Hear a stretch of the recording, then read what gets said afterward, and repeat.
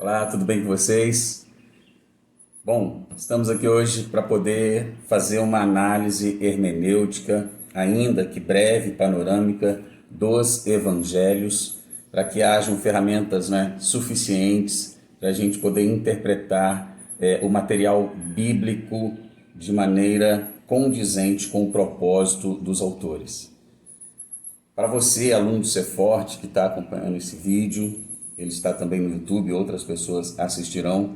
Eu recomendo que você consulte os materiais em anexo na plataforma e também, tanto para você, meu aluno do Ceforte, como para todos aqueles que estiverem assistindo esse vídeo pela internet, pelo YouTube, eu quero recomendar aqui alguns livros que ajudam na composição, da mensagem, da interpretação do texto dos evangelhos, assim bem como de outros textos da Bíblia.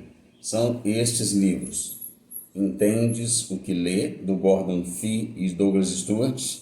Ambos, aliás, são dos dois, Publicação dos dois, edições Vida Nova, esse aqui, ambos também, edições Vida Nova, e são livros excelentes para o seu entendimento da hermenêutica bíblica. Então ele não só fala dos evangelhos, mas fala da hermenêutica bíblica num contexto amplo.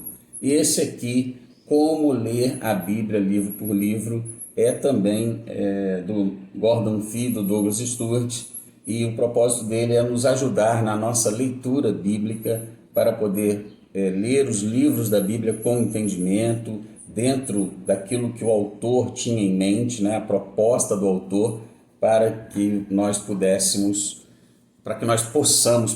entender melhor o texto e a verdade que está sendo comunicada a partir desse texto. Bem, como o nosso foco nessa aula são os evangelhos e a hermenêutica deles, o entendimento da hermenêutica dos evangelhos, eu quero começar falando sobre a proposta de cada autor como escritor do texto.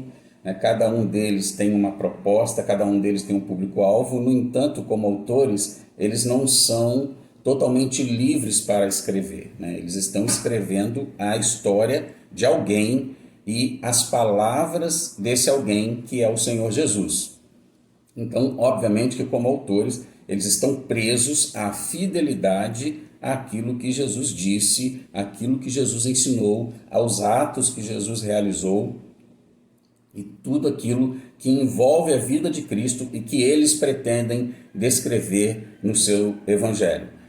Por isso há algumas discrepâncias, algumas diferenças entre os textos dos evangelistas, porque cada um deles pegou uma faceta, um lado ou um acontecimento envolvendo a pessoa de Jesus e que atendia, que estava dentro do propósito do seu texto para o seu público-alvo.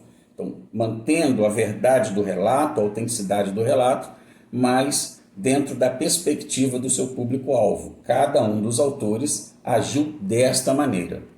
E assim, nós precisamos entender e olhar para os textos dos evangelhos a partir dessa perspectiva. Esses autores estão presos à verdade daquilo que Jesus fez e ensinou, mas livres para direcionar essa verdade para o seu público-alvo, atuar em direção ao seu público-alvo, atendendo aquilo que eles entendiam como necessidade desse público-alvo para receber e entender o Evangelho. Cada um dos evangelistas teve um público-alvo distinto. A começar por Mateus, que escreve um evangelho bastante específico em relação ao Antigo Testamento, Ele é o evangelista que cita o Antigo Testamento com muita frequência e ele é bem direcionado mesmo para o Antigo Testamento, porque ele tem como público-alvo os judeus. Querendo alcançar os judeus, comunicar o evangelho aos judeus, Mateus escreve o seu evangelho para mostrar que Jesus é aquele profeta semelhante a Moisés, que o Senhor havia dito que enviaria. E ele não só é semelhante, mas ele é superior a Moisés, porque ele é o Filho de Deus, que veio para trazer então uma nova lei, uma nova aliança superior à aliança mosaica. E essa nova aliança que Mateus descreve está contida nos 5 discursos que o seu evangelho traz. O Sermão da Montanha, que é o primeiro discurso de Jesus, e é um discurso ético, né? Traz o significado da verdadeira retidão, que é aquela retidão que procede do interior do ser, que está ali registrado nos capítulos 5 a 7 de Mateus. Posteriormente, lá no capítulo 10, o segundo discurso de Jesus, que é quando ele comissiona os 12 para uma missão.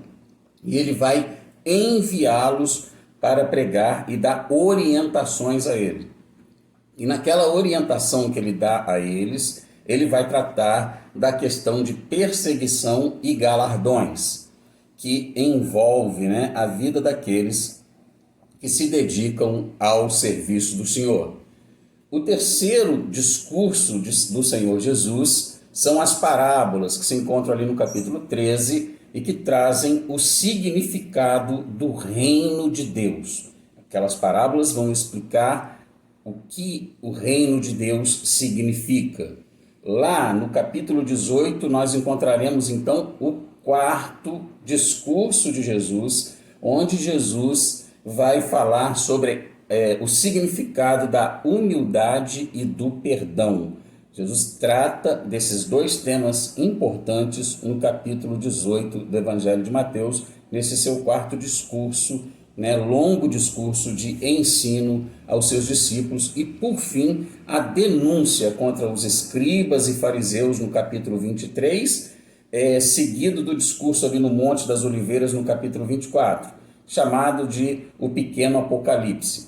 Esses 3 capítulos, 23, 24 e 25, tratam do juízo de Deus, né? O juízo de Deus sobre os líderes religiosos e o juízo de Deus sobre a terra, por isso o Pequeno Apocalipse, conhecido dessa maneira. Então, esses 5 discursos de Jesus encontrados no Evangelho de Mateus foram colocados por Mateus nesse formato de propósito, porque os judeus estavam habituados ao Pentateuco, a Torá, a lei mosaica.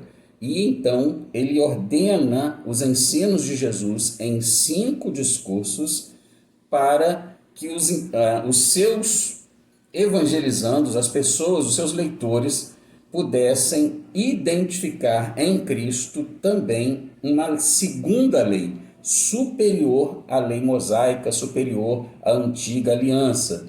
E um pacto superior, porque não é com o sangue de animais, mas com o sangue do Cordeiro, que não só se dá em favor dos pecadores, como ressuscita ao terceiro dia, garantindo a eles a vida eterna. Por isso Mateus cita os profetas em todo o tempo, né, desde o início lá do nascimento, porque ele vai falar sobre a promessa da vinda do Messias, ele vai falar sobre a ida para Belém, tu Belém, terra de Efrata, de maneira nenhuma será, né, a menor das tribos de Israel. Ele vai falar da ida de Belém para o Egito, e depois do retorno de Egito, citando o profeta Oséias, quando o profeta Oséias, em nome do Senhor, escrevendo em nome do Senhor, diz: do Egito chamei meu filho. E ele vai o tempo inteiro citar os profetas, a antiga aliança, porque o seu público-alvo estava familiarizado com esse linguajar e com esse texto. Se Mateus tivesse em mente um público gentio, não faria sentido ele lançar mão dos profetas, porque os gentios não conheciam os profetas, a não ser que fosse um prosélito. Porém, os prosélitos eram de longe, muito distantes, e Mateus estava ali no contexto de Jerusalém e escreve o seu evangelho, obviamente, visando o público que ele tem próximo a si. Por isso fica bastante claro e evidente que o propósito de Mateus é alcançar o público judeu. Marcos, por sua vez, como discípulo de Pedro, escreve o seu evangelho visando alcançar os romanos. Ele quer que a população, o povo romano, seja evangelizado e conheça a história de Jesus. E, diferente de Mateus, assim bem como dos outros evangelistas, Marcos não vai citar as profecias e dar tanta ênfase nisso, mas Marcos mostra um homem de ação em todo o tempo. Os conectivos logo, então, após, passados, sabe? Ele dá uma dinâmica no seu texto para mostrar que Jesus era um homem de ação, Jesus era um homem de constante atividade. Ele põe também os confrontos de Jesus com os fariseus, com os saduceus e com outros grupos, mostrando também Jesus como um homem que age na palavra, que tem uma palavra que é poderosa, que é eficaz, que consegue realmente calar os seus adversários nos discursos. Então ele quer que o seu público entenda Jesus como sendo esse homem prático, que age, que age por meio dos milagres, que age por meio dos ensinos, que age por meio do confronto e que está sempre agindo em favor da causa que ele defende, do reino que ele anuncia. Como o povo romano, é um povo extremamente prático, que tem tinha como característica a praticidade, o crescimento do império e tudo, trabalhavam com essa mentalidade. Marcos escreve o seu evangelho com esse propósito e por isso também é o evangelho mais curtinho. Marcos teria escrito o seu evangelho a partir das lembranças de Pedro, das reminiscências que ele tinha dos ensinamentos de Pedro, porque ele fora discípulo de Pedro e provavelmente ele escreveu o seu evangelho logo após o martírio de Pedro em Roma e decide então colocar no papel aquilo que Pedro havia transmitido, ensinado, provavelmente algumas anotações que ele também já tinha feito dos ensinamentos de Pedro, e ele dá prosseguimento àquilo que ele já tinha consigo e também dos ensinamentos que Pedro trouxe e que ele guardou consigo, anotou. Ele também traz essa preocupação. O Marcos tem o objetivo de registrar todo o aprendizado, o discipulado que ele recebeu de Pedro e que provavelmente já era fruto de anotações que ele tinha dos ensinamentos de Pedro para a sua vida. E aí ele escreve, voltando-se para os romanos, esse povo prático, voltado mesmo para a ação. Da mesma forma, Lucas tem um objetivo no seu texto. E Lucas é muito claro logo no início do texto, tanto de Lucas quanto de Atos, ao declarar a quem ele está direcionando esse texto. Lucas é um gentio, é um helenista, e ele escreve a partir do estilo helenista e visando informar um outro grego, que é o seu amigo Teófilo, sobre os acontecimentos da vida de Jesus. E como a mente grega é uma mente acurada, voltada para os detalhes, voltada para a informação precisa e concreta, Lucas declara logo de início que ele fez uma pesquisa, uma investigação minuciosa, criteriosa, buscou em outros documentos, entrevistou pessoas para apurar os acontecimentos da vida de Cristo. E ele informa a Teófilo que o seu texto é o resultado dessa pesquisa tão intensa que ele faz. E essa é a grande característica do Evangelho de Lucas, as minúcias. Ele dá muita ênfase aos temas da oração dos pobres e da ação do Espírito Santo também no seu Evangelho, e assim como ele faz no livro de Atos dos Apóstolos, que nós veremos mais adiante. Bom, continuando, para aproveitar o nosso tempo, o Evangelho de João é também um evangelho que tem um público-alvo em mente. Diferente de todos os outros três, chamados sinóticos, os três já citados até agora, porque eles têm muitas similaridades entre eles e por isso recebem o nome de sinóticos, que significa semelhantes, o Evangelho de João é bastante distinto dos outros três primeiros evangelhos. João, para começar, escreveu o seu evangelho bem no finalzinho do primeiro século, depois ali do ano 90. é a data que a maioria dos estudiosos localiza o Evangelho de João. E ele escreve o seu Evangelho com um propósito apologético e não apenas evangelístico. Nos dias em que João escreve o seu Evangelho, o que está crescendo na igreja é o gnosticismo, um grande problema que a igreja enfrentava. E o gnosticismo ensinava que o homem Jesus não era o Cristo, que ele foi possuído pelo Espírito do Cristo e que quando ele foi crucificado, o Espírito do Cristo o deixou e por isso ele disse, Eli lama sabachthani. Portanto, o homem Jesus era um homem comum e nada tinha de especial, ele apenas foi usado pelo Espírito do Cristo por algum tempo. Eles ensinavam dessa maneira porque eles diziam que o corpo físico não tem nenhum valor, o que tem valor é apenas a vida espiritual. Essa era a ênfase dos gnósticos.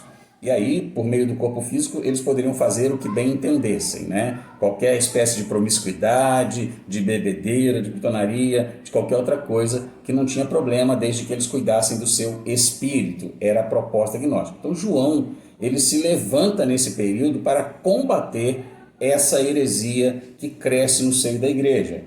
E ele começa o seu evangelho deixando bem claro que o verbo se fez carne, ele não usou uma pessoa qualquer, ou ele também, segundo uma outra linha do gnosticismo, que ensinava que o Cristo tinha apenas a aparência de um corpo, mas ele não tinha um corpo, ele era um espírito com a forma aparente de um corpo. E ele então, no seu evangelho, deixa claro, o apóstolo João deixa claro que o verbo se fez carne e habitou entre nós. Ele diz que nós tocamos, nós vimos, ele faz questão de citar que ele tocou no Senhor Jesus, assim como ele fala também em 1 João, combatendo também o gnosticismo. Ele declara no seu evangelho, né, ele conta a história de que ele deitou sobre o peito de Jesus, ou seja, se ele não tivesse um corpo físico, como isso seria possível? O João, ele aponta para o Cristo que se fez, o Deus que se fez carne, que foi o nosso Cristo, o Salvador, o Messias. João divide o seu evangelho em 7 sinais, que são, na verdade, milagres, que ele chama de sinais. Sinais são símbolos que apontam para algo mais extenso, como placas, por exemplo, né? Placas de sinalização são símbolos que apontam para alguma coisa que tem um significado mais amplo. Assim seriam os milagres, sinais que apontavam para realidades espirituais maiores. No capítulo 2, por exemplo, ele transforma a água em vinho, e no capítulo 3, ele conversa com Nicodemos sobre a transformação da natureza humana, né? Da natureza carnal, da água da religiosidade, para a nova vida em Cristo, que é o vinho novo, operado por meio do novo nascimento. Não é por acaso que estão um após o outro, e assim acontecem com todos os outros 7 sinais que o nosso tempo não nos permite tratar aqui. No entanto, esta é a síntese dos 4 evangelhos, de maneira que você pode continuar os seus estudos a partir dos materiais disponíveis, desses livros que eu indiquei. Eu ainda vou postar junto à plataforma do Ser Forte algum outro material de pesquisa para vocês. E para você que está nos assistindo, nos acompanhando no YouTube, eu te recomendo esses 2 livros que mostrei logo no início. Não tenho nenhum lucro com isso, não estou ganhando nada, mas é porque são livros muito bons e trazem benefícios à vida daqueles que amam a palavra de Deus e querem conhecê-la melhor, tá bom? Deus abençoe vocês, até um próximo vídeo, se assim o Senhor nos permitir. Forte abraço.